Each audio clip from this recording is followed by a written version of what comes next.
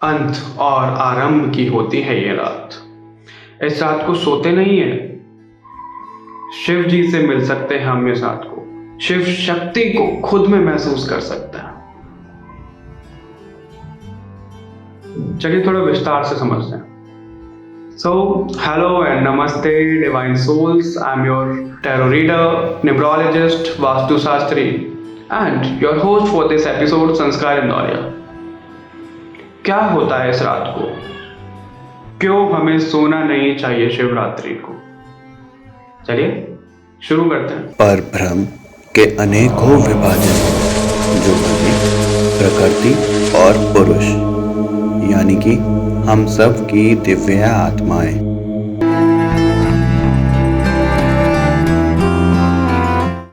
इस वीडियो में हम बात करने वाले हैं महाशिवरात्रि की। दरअसल शिवरात्रि तो हर महीने आती है, लेकिन महाशिवरात्रि साल में एक बार आती है। क्या होता है खास इस रात को? क्यों नहीं हमें सोना चाहिए इस रात को? अगर हमें इस रात को सोना नहीं चाहिए तो क्या करना चाहिए? थोड़ा सा पेशेंस रखिए, अभी वीडियो बाकी है मेरे दोस्त। चलिए थोड़ा थोड़ा करके जानते हैं कि हमें शिवरात्रि के दिन सोना क्यों नहीं चाहिए, हमें आखिर करना क्या चाहिए। ओके, सबसे पहले हम बात करते हैं कि इस रात को होता क्या है, हमें क्यों नहीं सोना चाहिए। ओके, चलिए हम आपको बताते हैं कि इस रात को क्या होता है। इस रात को धरती पर यानी कि हमारी अर्थ पर कॉस्मिक एनर्जी बहुत ज्यादा हाई होती है। जो लोग मेडिटेशन ध्यान करते होंगे उन लोगों को पता होगा कि कॉस्मिक एनर्जीज क्या होती है, क्योंकि हम मेडिटेशन में क्या करते हैं, अपनी जो शक्ति होती है, हमारी जो ऊर्जा होती है, उसको रूट चक्र से ऊपर तक लेकर आते हैं, राइट। और इस दिन क्या होता है, जो हमारी एनर्जी होती है वो ऊपर की साइड आती है, वो ऊपर आती जाती है। और जो लोग मेडिटेशन इस रात को करते हैं उनको बहुत ज्यादा हेल्प होती है। किस चीज में? कॉस्मिक एनर्जी अपने अंदर फील करने में, भगवान की ऊर्जा अपने अंदर फील करने में। ओके, चलिए थोड़ा विस्तार से बताते हैं। आयुर्वेदा के अकॉर्डिंग हमारी बॉडी में 3 दोष होते हैं। पहला वात, पित्त, कफ। ओके, और ये जो रात होती है ये हमारी वात की रात होती है, यानी कि वात से संबंधित ये रात होती है। वात हमारी बॉडी में क्या करता है? वात हमारी बॉडी में न्यूट्रिशंस को पूरी बॉडी में फ्लो कराता है और फिजिकल बॉडी पर वो हमारे नर्वस सिस्टम को इम्पैक्ट करता है। नेचुरल लेवल पे बात हमारे मेमोरी को इम्पैक्ट करता है। कैसे? कि क्या बात हमें याद रखनी चाहिए, क्या भूल जाना चाहिए उसको। अगर ये इम्बैलेंस होता है तो लोग बेफालतू की बातें भी याद रखते हैं और जो काम की बातें होती हैं वो छूमंतर हो जाती हैं। ये किस लिए होता है? ये वात दोष के कारण होता है, क्योंकि वात हमारी बॉडी में जब इम्बैलेंस हो जाता है तो बहुत सी प्रॉब्लम भी होती है। तो वात को हम बैलेंस कैसे कर पाएंगे? इस रात को हम बैलेंस कर पाएंगे। जैसा कि हमने बताया कि इस रात को कॉस्मिक एनर्जी बहुत ज्यादा हाई होती है। वैसे तो महाशिवरात्रि को 4 पहर में शिव जी की पूजा की जाती है। जिन लोगों को पहर और पूजा के बारे में आइडिया नहीं है तो उसके लिए हम एक अलग वीडियो बना देंगे कि पूजा कैसे करते हैं और पहर क्या होते हैं।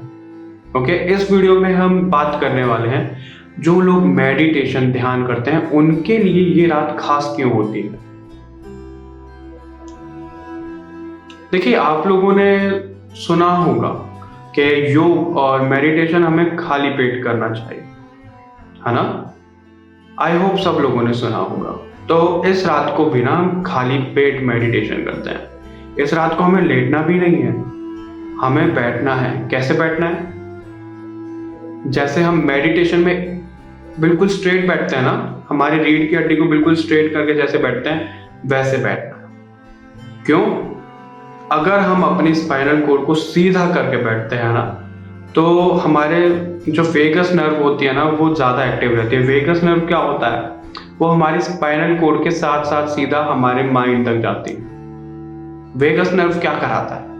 आप लोगों ने देखा होगा, तब कभी भी हम गर्म चीज को हाथ लगा देते हैं तो हमारा ना एक सडन रिएक्शन होता है कि हम उससे हाथ अपना दूर कर लेते हैं। क्या होता है वो रिफ्लेक्स एक्शन होता है, और उसको एक्टिव कौन कराता है? Vagus nerve. और अगर हमारी वेगस नर्व एक्टिव रहती है ना, तो हमारा नर्वस सिस्टम भी बहुत ज्यादा एक्टिव रहता है। ओके, तो कैसे हमें मेडिटेशन करना है इस रात को? हम कैसे भगवान की ऊर्जा अपने अंदर महसूस कर सकते हैं? हम कैसे भगवान से बात कर सकते हैं इस एक रात को? जो लोग काफी टाइम से मेडिटेशन कर रहे हैं ना और उनको रिजल्ट नहीं मिल रहे हैं, अगर वो इस रात को मेडिटेशन कर लेते हैं ना, उनको बहुत रिजल्ट देखने के लिए मिलेंगे। उनको एक अलग ही एक्सपीरियंस होगा। ये मैं कैसे बोल पा रहा हूँ? क्योंकि मैं ये खुद एक्सपीरियंस कर चुका हूँ। मैं खुद के एक्सपीरियंस से आप लोगों को गाइड कर रहा हूँ, बता रहा हूँ कि कैसे हम भगवान की शक्तियाँ, भगवान को खुद में महसूस कर सकते हैं। इस रात को ना हमें खाली पेट रहना है। तो अभी जैसे शिवरात्रि है 8 मार्च को, राइट? तो 8 मार्च का जो दोपहर का समय होगा 12 बजे का, उससे पहले ही हमें सब कुछ खा पी लेना है। उसके बाद हमें कुछ नहीं खाना है। दूध और पानी पी सकते हैं, लेकिन कुछ खाना नहीं है। कब तक नहीं खाना है? 24 घंटे तक, यानी कि अगले दिन 12 बजे के बाद, या फिर आप सूर्य उदय के बाद भी खा सकते हैं। लेकिन हमें शिवरात्रि को पूरी रात खाली पेट रहना है। और वो रात कब से शुरू होगी? 6 बजे के बाद से पहला पहर शुरू होगा शिवरात्रि पे। और हम लोग जो मेडिटेशन करने बैठेंगे वो रात के 12 बजे बैठेंगे। शिवरात्रि पे हम जो पहला मेडिटेशन करते हैं वो रात के 12 बजे से करते हैं। आप 20 मिनट 30 मिनट जितनी देर भी बैठना चाहें आप उतनी देर बैठ सकते हैं मेडिटेशन करने।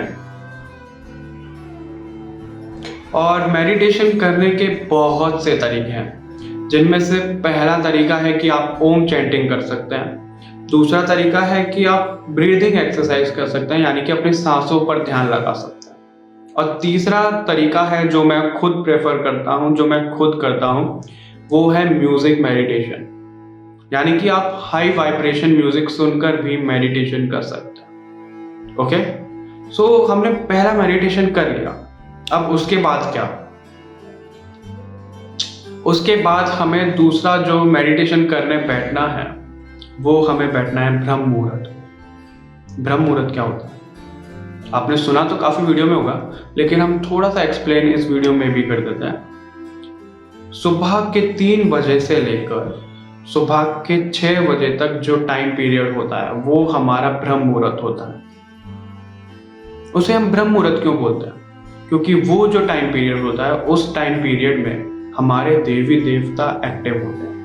और अगर हम इस टाइम पीरियड में मेडिटेशन करते हैं ना, तो हमारी जो भी विश होती हैं वो पूरी होने के बहुत ज़्यादा चांसेस होते हैं।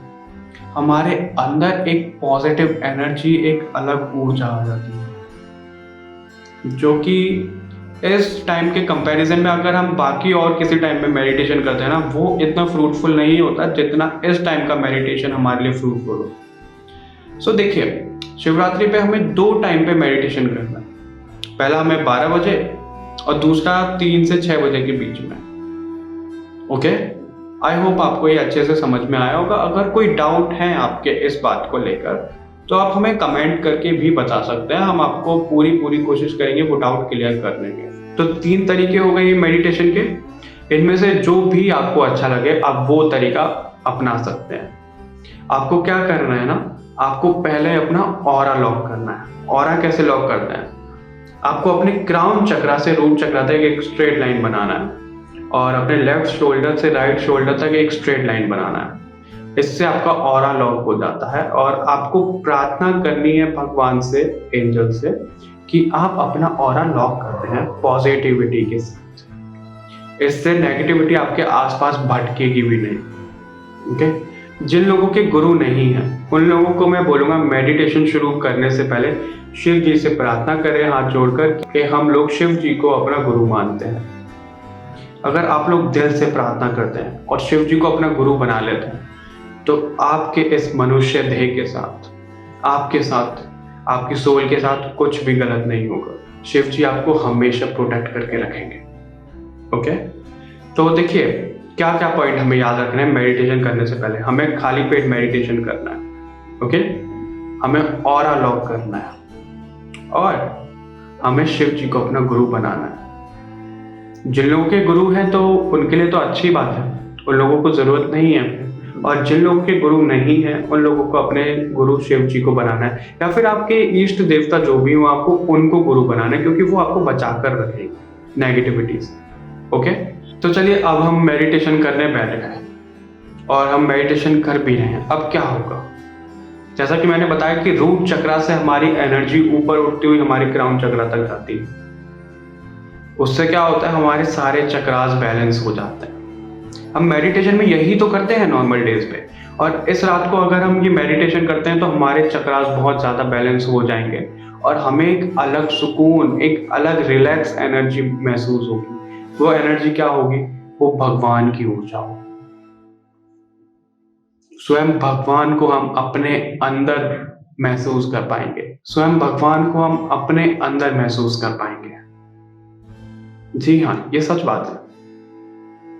अगर आप लोग ऐसा महसूस नहीं कर पाते तो आप आकर इस वीडियो को डिसलाइक कर सकते हैं, क्योंकि मुझे पूर्ण विश्वास है कि आप लोगों को एक अलग एक्सपीरियंस होगा। अगर आप शिवरात्रि वाले दिन ये मेडिटेशन ट्राई करते हैं तो आप लोगों को बहुत अच्छा मेडिटेशन एक्सपीरियंस होगा, जितना कि आपको पहले कभी भी नहीं हुआ होगा। ये मैं इतने विश्वास के साथ कैसे कह पा रहा हूँ, क्योंकि मैं ये खुद कर चुका हूँ, मैं ये शक्ति खुद में महसूस कर चुका हूँ।